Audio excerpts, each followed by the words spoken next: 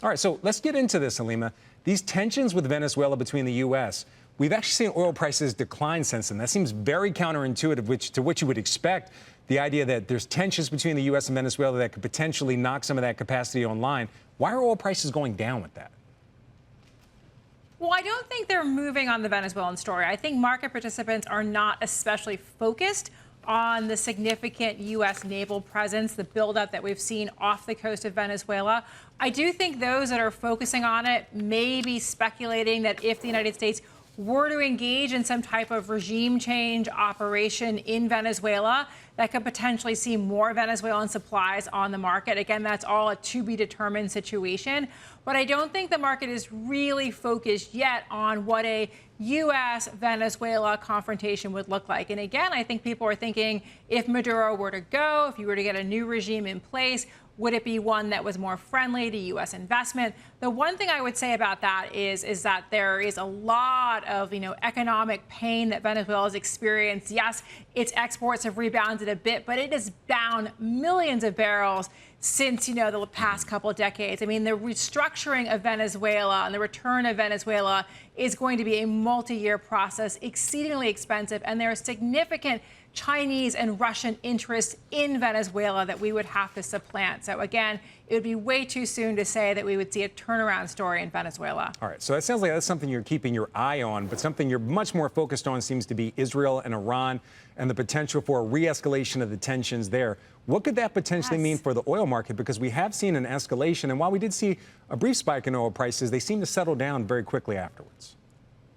100%, Frank. I mean, why we're watching this story is it's really the question of, are we potentially going to see a second round of Israeli strikes on Iran? You've had Israeli officials just in the past couple of days talking about the fact that they will turn their attention back to Iran. There were questions after the 12-day war ended about the residual Iranian nuclear capacity.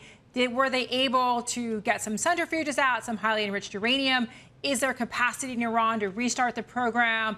Is Israel looking to potentially do more damage to the Iranian sort of infrastructure when it comes to security? Are they looking to potentially target the leadership further? The United States seemed content in June to basically say the conflict was over, stand down.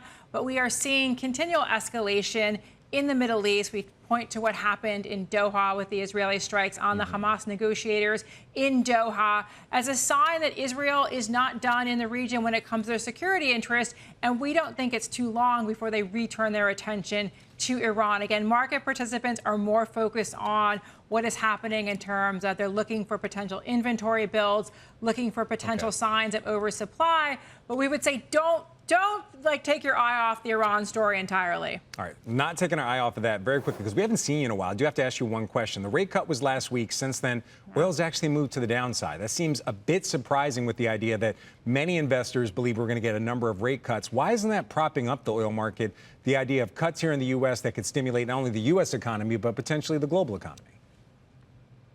Again, I think what the market is focused on, or some market participants who are, more bearish, is they are focused on the anticipated inventory build in the fourth quarter. They believe that we are going to be significantly oversupplied in the fourth quarter. So I think that is what the bear case for the market in Q4. Now, those who say, look, oil is not in the 50s at this point, are pointing to the fact that, there is continued buying for the Chinese Strategic Petroleum Reserve.